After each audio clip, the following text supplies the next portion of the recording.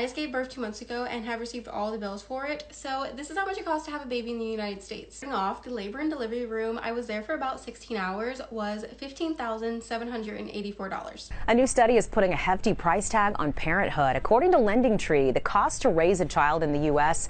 now tops $300,000, and that breaks down to about $16,000 a year, driven largely by childcare. Let's drop my kids off at daycare. Let's talk about daycare. We pay $2,700 a month for our 2 kids. Kids have never been more expensive to raise than they are in today's day and age. An increasing number of people are starting to delay starting a family or skipping out on having kids altogether. And in today's video, we're going to be taking a closer look at what it truly costs to raise a child in 2026. As always, if you enjoy these types of deep dives, be sure to like, comment, and subscribe. I post new videos like this every week. And with that out of the way, let's jump right into it. One of the most overlooked yet incredibly expensive aspects to having a child is actually having the child, as in giving birth at a hospital, and the bill that you get right after. So this is how much it costs to have a baby in the United States, specifically Washington State. A little preview, I had a low-risk pregnancy, I had a vaginal birth, I did get the epidural, I only labored at the hospital for about 5, maybe 6 hours, and in total I was at the hospital for 36 hours. So it sounds like a pretty standard and straightforward birth. No complications with the health of her or the baby, no C-section, which obviously would cost extra, and she didn't stay at the hospital very long. All in all, not too bad. Shouldn't be too expensive, right? The labor and delivery room, I was there for about 16 hours, was $15,784. Yikes. You plug that into a calculator, that's about $1,000 an hour. That's steep. Yeah. Moving on, my postpartum room was $6,256. So far, just for the rooms, $22,000. 22 grand. Just for reference, the average American salary is between $65,000 and $66,000 a year. $22,000 is 1/3 of the average American salary in 2026. We're off to a great start. The 11 minutes of pushing that I did cost $3,261. That's $296 a minute. It's not even like they had to cut her open or do anything special. That's just her doing what her body does. And they charged her for that. Sort of crazy that's not included in the labor and delivery, $15,000. Pharmacy was $1,124. This includes like Tylenol, ibuprofen, prenatals, Zofran, and the medicine for the epidural. And this is one of the biggest scams when you go to a hospital. They will charge you $20 for an Advil that costs like 10 cents. Have you ever been to a hospital and they've administered some kind of pain medication to you and you get an itemized bill of whatever that stay was? You'll notice that the bill for the actual medicine is astronomical, like way more than you would find at an over-the-counter pharmacy like CVS or Rite Aid. What they get away with is crazy. The epidural itself was another charge because it's another doctor that you have to pay. It was $2,160. And for the epidural, it's the same thing. They can charge whatever they want for that. So epidural is actually the medication, the shot that they give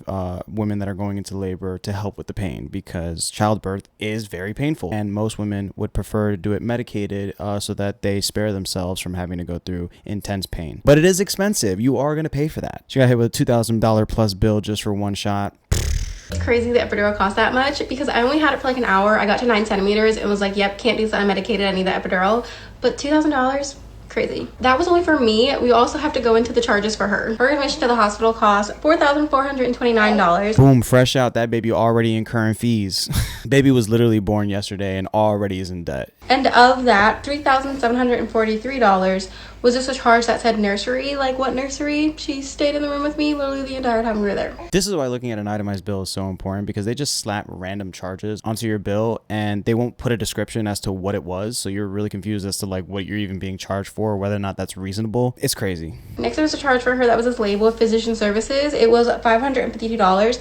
I'm assuming that was the 2 times they came into the room, saw her for 30 seconds, and then left. The last charge finally is a hearing test for her for only $28. So in total, all of that was $34,500. That is more than 50% of the average American salary in 2026. In 36 hours.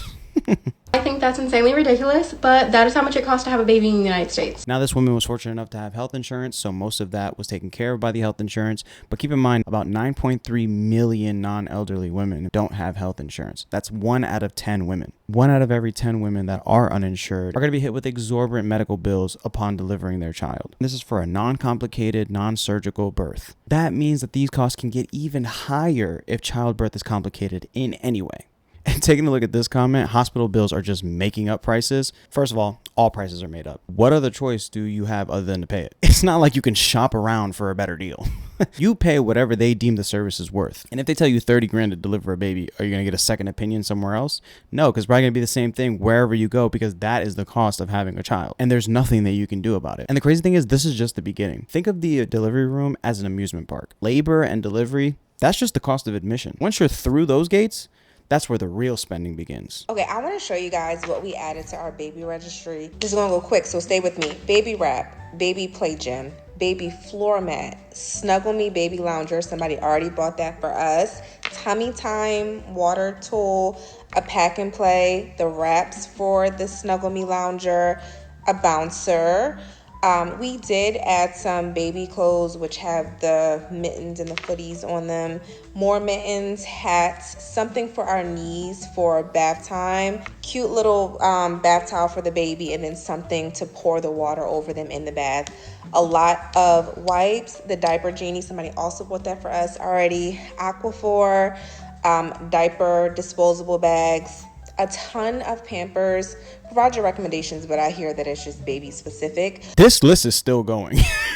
This is hellish shit. I'm not even gonna lie. Like diapers, formula, bottles, that's just the beginning of what your child needs, especially in the first year of its life. And this stuff adds up real quick. And some people might say, well, that's what baby showers are for. Not everybody has a village or a group of people that can provide or give them things that they need for their child. Some people will be doing this on their own and struggling to do so, because a baby does require a lot of maintenance. They have many essentials that they need in order to keep their life comfortable. And a lot of people might say, half the stuff isn't even a necessity. Babies don't really need that much. Most parents want to give their babies the most comfortable and best life possible. And a lot of these things are to make the parent's job easier, because raising a baby is a handful, and having a lot of these items will make that parent's job that much easier. And that convenience comes at a cost. Bathroom accessory, more Pampers, a feeding table setup, baby breath portable bottle warmer, bibs, bottles, and a couple bottles, more cloths, comb brush, a fire for his broom, CRB, baby cream, some nose picks, some people that check the temperature, pacifiers, two different types, baby monitor, outlet, of course, you have baby that's right now, and then the hatch, we have the portable one, everyone, the love drinks bottles, we purchased new on our own, so we added the sleep sacks for new, a lounger, a set bassinet for like office. This is overwhelming. I mean, the sheer amount of stuff that needs to be ordered, opened, and then stored somewhere,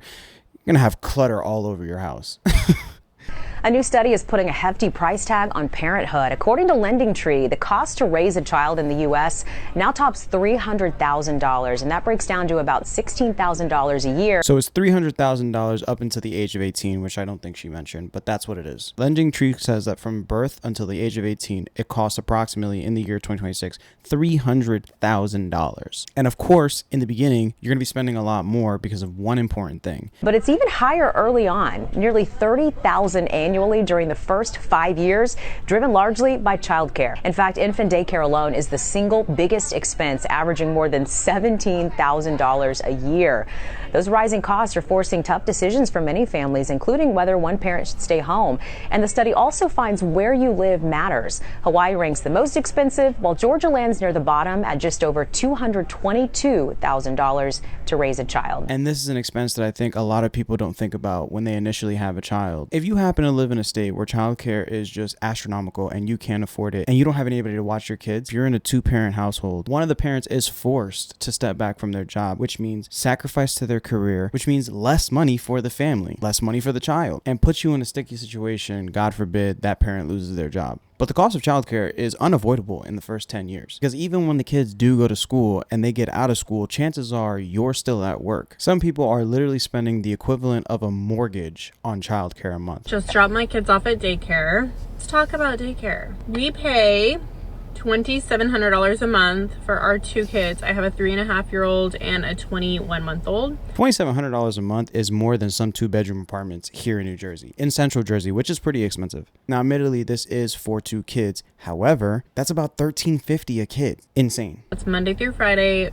from the time that I'm working, which is 7:30 to 5. When you consider $2,700 a month, as a nurse in California, I make a pretty good hourly wage. But once you subtract the $2,700 after taxes that I pay for childcare, I'm basically working at McDonald's. So you could see how that would be frustrating for me. I'd be frustrated too, especially because that involves schooling, most likely involve taking out student loans or some kind of debt, to be basically making the same wage as if you went to a job that doesn't require any schooling, just because she wanted to start a family. This starts to feel like a trap. It feels frustrating, and then it could start to feel like regret. Like, maybe I shouldn't have had 2 kids, which is awful. People shouldn't have to feel like they can't afford to start their own family, and that money is the one thing keeping them from having a family. In a lot of counties, if you make under a certain amount of money, you get childcare for free.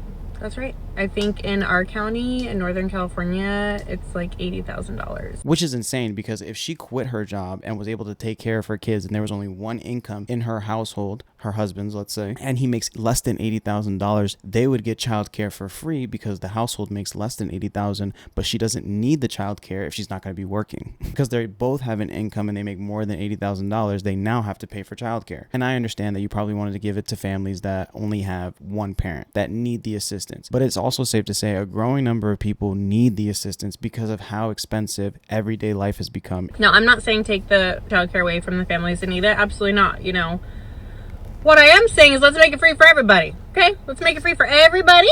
At the bare minimum, let us write it off. And this is something New Mexico has taken upon themselves to become the first state in the U.S. to do. Childcare is free for everybody in the state, regardless of income. So this is possible, albeit this is a new program. So we've yet to see how this truly plays out. But if one state can do it, what's stopping other states from doing it?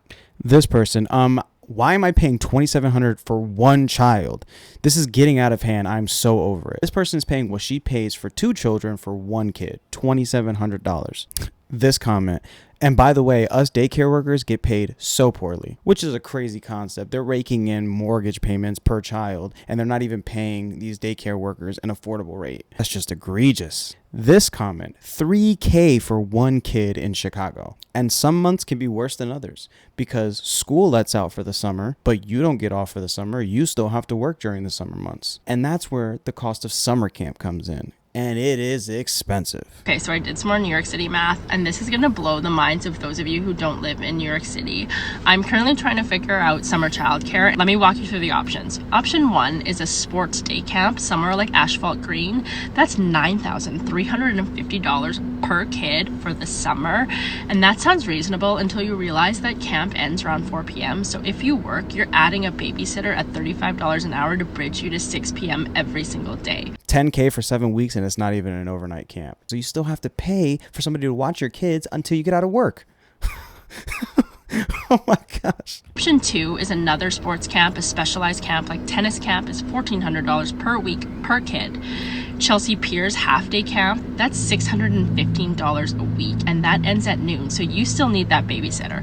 Option 3 is a proper full day camp like Piers Country Day, that's $12,700 per kid for the summer. And I have 3 kids, so with a sibling discount, you're looking at $33,000 just for summer camp. None of those options sound viable to me.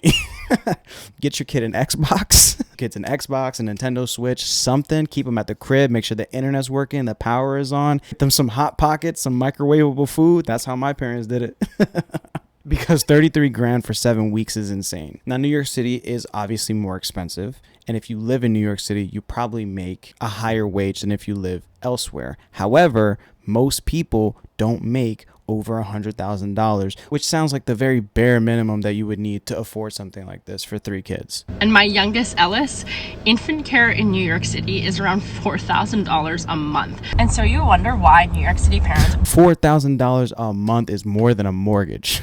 Oh my gosh. You gotta move out of New York, lady. Sounds like New Mexico is calling her name. Last 2 weeks of August, it's because a trip to Europe is literally cheaper than 2 more weeks of summer camp. Taking a flight and going abroad is cheaper than staying in state for an additional 2 weeks. And this is becoming a lot more common. Summer camp is expensive. And like I said, I live in Central Jersey, so about 45 minutes from New York City. It's around the same cost to go to summer camp here. I never attended. We didn't have the money for that. But I do know people that did attend summer camp, and they were paying this, if not more. It's expensive. And taking a look at the comments, the conclusion is not having children. And that's how a lot more people are feeling. They're just not going to have kids. They're looking at these costs in the face and they're like, yeah, why would I do this to myself? I'm already struggling as it is for myself. Why would I bring a kid into this world that I'm not going to be able to afford, support, probably going to have to sacrifice my career in the beginning stages? It just doesn't make sense financially for me to do that.